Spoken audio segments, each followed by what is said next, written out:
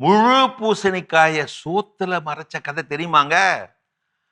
அது எப்படிங்க முழு பூசணிக்காய சோத்துல மறைக்க முடியுமாங்க? முடியுங்க. இப்படித்தான் அந்த ஏரியாவுல மிகப்பெரிய பணக்காரர் அவரு. ஒரு நாள் அந்த பணக்காரரும் அவரோட பொண்டாட்டியும் கூட்ஸ் வண்டியில ஒய்யாரமா வந்துகிட்டு இருந்தாங்க. வர்ற வழியில ஒரு பூசணி தோட்டம் வந்துச்சான். காடு முழுக்க பூசணிக்காய் பெருசு பெருசா காய்ச்சி கிடந்துச்சான். அதை பார்த்த அந்த பணக்காரரோட பொண்டாட்டிக்கு ஆசையா வந்துருச்சான். எப்படி? அதுல ஒரு பூசணிக்காயை பறிச்சுட்டு போய் பூசணிக்காய் குழம்பு வச்சு திங்கணும்னு ஆசையா வந்துருச்சான். சரிடி, நாளைக்கு சந்தையில வாங்கிட்டு வந்து காய்ச்சி திங்கலாம் அப்படின்னு எவ்வளவோ சொல்லி பார்த்தாரு. அவ மசியில இப்பவே வேணும்னு அடம் பிடிச்சு அழிச்சாட்டியம் பண்ணிவிட்டா.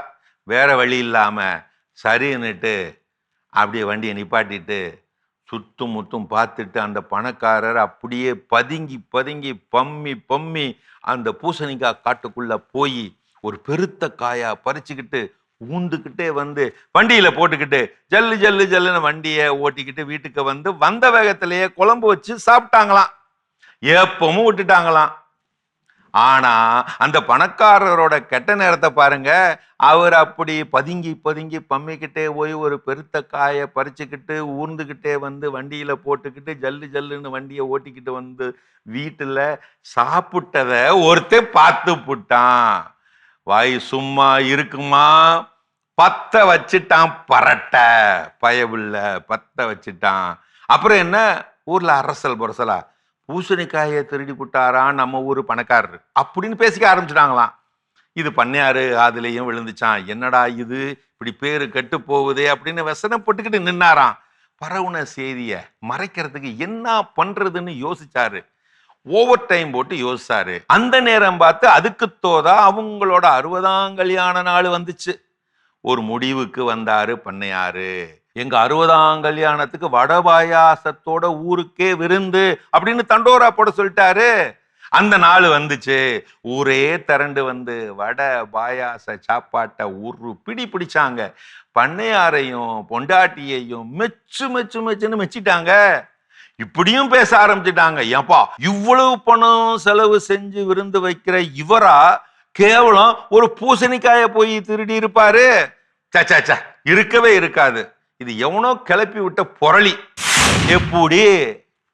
முழு பூசணிக்காய சோத்துல மறைச்ச கதை இதுதான். இதோ அதே அளவு அபத்தமான வேடிக்கையான நம் ஊருக்கே உரித்தான சில ஐகானிக் பொய்கள் இதோ எனது ஸ்டைலில். நாளைக்கே பணத்தை கொடுத்துடுறேன். உண்மை என்னன்னா அந்த நாளை என்பது காலண்டரில் இல்லாத நாள். இப்பதான் சாப்பிட்டு வந்தேன், வயிறு ஃபுல்லா இருக்கு. இது ஒரு கௌரவ பொய்யுங்க. கௌரவத்துக்காக சொல்ற பொய். வயிறு அனத்தி எடுக்கிறது பசி எடுக்கிறது எப்படி வெளியே சொல்றது? நேத்து தான் உங்களை நினைச்சேன், அதுக்குள்ள நீங்களே போன் பண்ணிட்டீங்க. ஆளே மறந்து போயிருப்பான், அது வேற விஷயம்.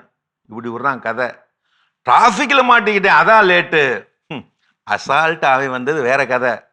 நீங்க சொன்னது எனக்கு புரிஞ்சிருச்சு, ஆனா கொஞ்சம் டவுட். உண்மையிலே சொன்னது ஒரு மண்ணும் புரிஞ்சிருக்காது. ஆனா புரியலன்னு சொன்னா அசிங்கம் இல்லையா? நான் உங்க மெசேஜ பார்க்கவே இல்லையே. வாட்ஸ்அப்ல ப்ளூ டிக் விழுந்திருக்கும், அது வேற. கண்டிப்பா அடுத்த வாரம் நம்ம மீட் பண்றோம். ஆனா அந்த அடுத்த வாரம் அடுத்த ஜென்மத்து வரைக்கும் வராத ஒரு குறியீடு. அப்புறம் கடைசியா ஒண்ணு, யாருங்க அந்த பொண்ணு உன்னை பார்த்து சிரிச்சுட்டு போறா? அடியே அவ எவனே தெரியாதுடி. எதுக்கு வம்பு?